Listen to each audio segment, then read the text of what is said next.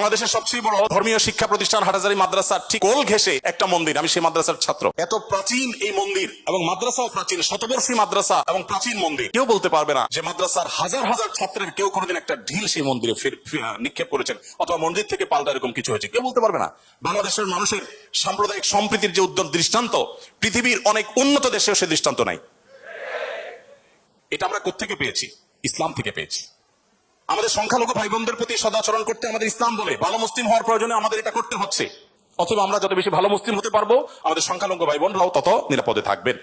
নবী সাল্লাল্লাহু আলাইহি ওয়াসাল্লাম বলেছেন, যে ব্যক্তি কোনো অমুসলিম, যিনি মুসলিম ভূখণ্ডে বসবাস করার পারমিশন নিয়ে আসছেন, ধরুন বাইরে থেকে ভিসা নিয়ে এসছেন, অনুমোদিত তার বসবাসটা, এরকম কোন অন্য ধর্মাবলম্বীকে যদি কোনো মুসলমান হত্যা করে, এই মুসলমানের হত্যার কারণে জান্নাত তো দূরের কথা, জান্নাতের ঘ্রাণও সে পাবে না।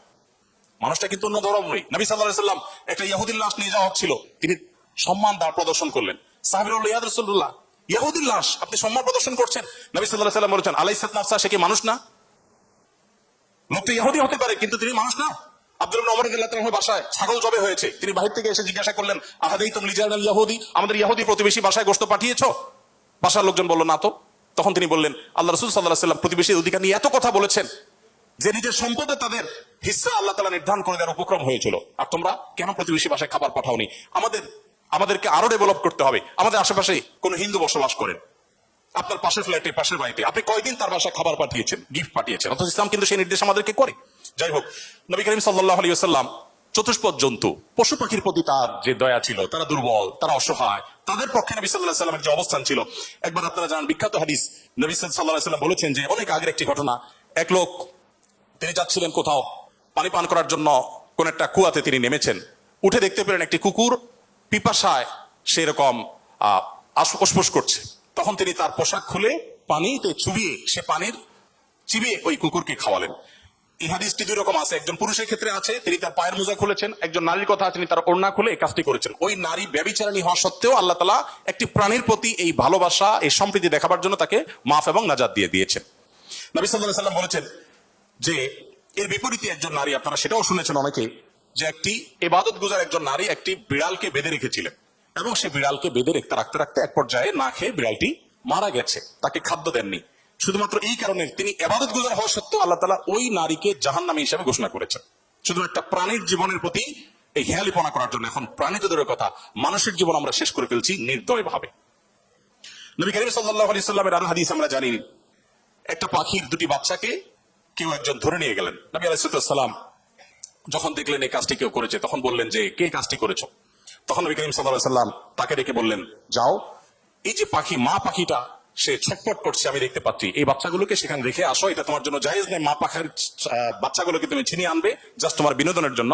তখন নবী করিম সাল্লাল্লাহু আলাইহি সাল্লাম ওই নির্দেশ সাহাবীকে করেছেন এবং ভৎসনা করেছেন এই কাজটি করবার জন্য। এর বিপরীতে আরেকটা ঘটনা আমরা জানি, এর পাশাপাশি আরেকটা ঘটনা আমরা জানি, নবী সাল্লাল্লাহু আলাইহি সাল্লাম এক ব্যক্তিকে দেখলেন, তিনি পিপিলিকার উপদ্রব থেকে বাঁচার জন্য আগুন দিয়ে পোড়াচ্ছেন। তিনি বলেছেন, খবরদার, লা ইউআযযিবু বিন-নার ইল্লা রাব্বুন নার, আগুন দিয়ে পুড়িয়ে নির্মম ভাবে তুমি এটাকে হত্যা করতে পারো না। যদি হত্যা করতেই হয় তাহলে তুমি এমনি পিষে মেরে ফেলো, অন্য কোনো ভাবে মেরে ফেলো, নির্মম ভাবে তুমি মারতে পারো না। আমাদের অনেকে দেখবেন যে এক ধরনের আঠা পাওয়া যায় ইঁদুর মারা, সে আঠা দিয়ে ইঁদুর মারার চেষ্টা করেন, নির্মম ভাবে মৃত্যু, হত্যা করা বা নিধন করা, এটা জায়েজ নাই।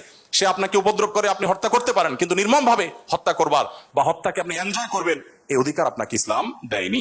নবী করিম সাল্লাল্লাহু আলাইহি ওয়াসাল্লাম তার সাহাবী আব্দুল্লাহ ইবনে সাঈদ ইবনে জুবাইর বলেছেন যে সাহাবী আব্দুল্লাহ ইবনে ওমর রাদিয়াল্লাহু তাআলা আনহু একবার যাচ্ছিলেন, দেখলেন যে কুরাইশের কিছু যুবক কিছু পাখিকে বেঁধে রেখে তীর নিক্ষেপ করছিলেন হাত সই করার জন্য, এবং ওই পাখিগুলোর যে মালিক তাকে বলেছেন, যেটা লাগবে না মিস হবে, ওই তীরটা তোমার, বিনিময়ে তুমি তীর পেয়ে যাবে, আর লাগলে তো পাখি মারা যাবে। এটা জাস্ট মজা করছিল তারা।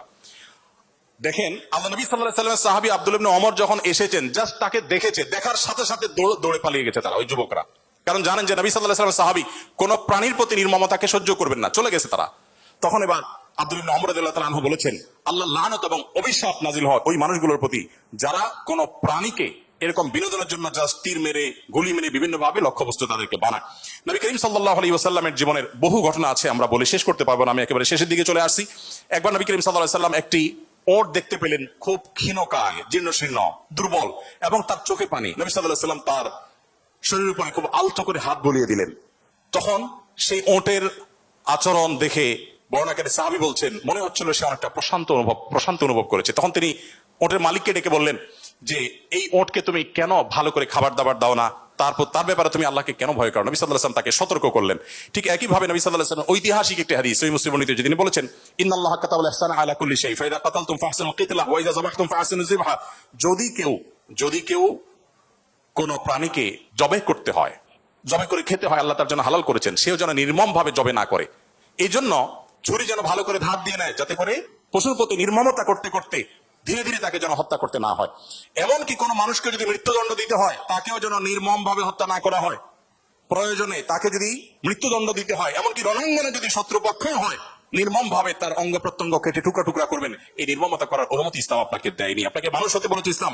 নবী সাল্লাল্লাহু আলাইহি ওয়াসাল্লাম এক ব্যক্তিকে দেখলেন যে তিনি তার কোন একটা পশু জবাই করার জন্য শুইয়েছেন, শুইয়ে তারপরে সেই পশু ছুরির হাত দিচ্ছে। একদিক থেকে শুয়েছেন, হয়তো পা দিয়ে পাড়া দিয়ে ধরে রেখেছেন, আর অপর দিক থেকে হাত থেকে দিচ্ছিলেন। নবী সাল্লাল্লাহু আলাইহি ওয়াসাল্লাম বলেছেন যে আতুরিদু আনতুমিতা হামাউতা, তুমি কি চাও এই প্রাণীটাকে কয়েকবার হত্যা করতে? কেন তুমি আগে ছুরি ধার দিয়ে আনো নাই?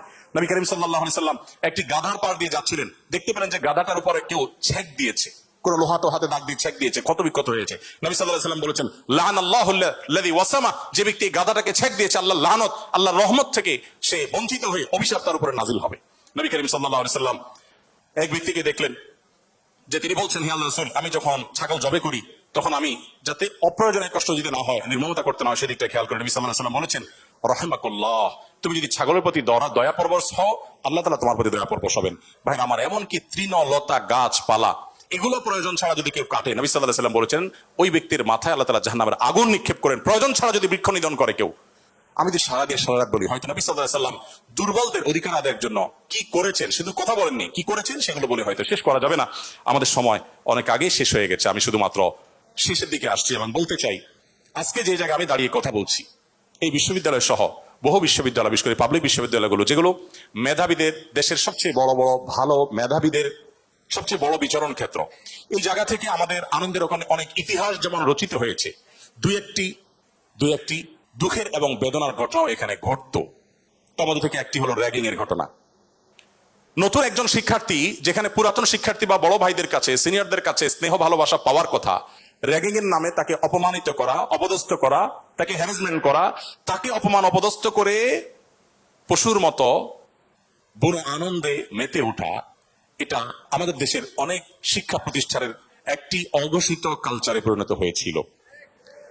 আমরা আশা করব এই পশুত্ব, এই নির্মমতা, এটা আমাদের দেশে আর কোনো শিক্ষা প্রতিষ্ঠানে কোনোদিন ফিরে আসবে না।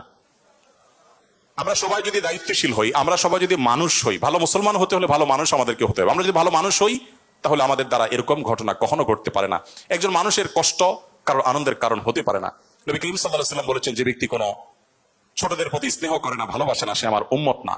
ছোট এবং জুনিয়রদের প্রতি যদি স্নেহ মমতা না থাকে, ভালোবাসা না থাকে, সে আর যা হোক নবী করিম সাল্লাল্লাহু আলাইহি ওয়াসাল্লামের উম্মত হিসেবে পরিচিতি পাবে না। অতএব র্যাগিং এর এই অপসংস্কৃতিকে ঝেঁটিয়ে শিক্ষা প্রতিষ্ঠানগুলো থেকে বিদায় করতে হবে আপনাদেরকেই। সবাই রাজি আছেন তো ইনশাআল্লাহ? আল্লাহ তাআলা আমাদের সবাইকে সেই তৌফিক দান করুন।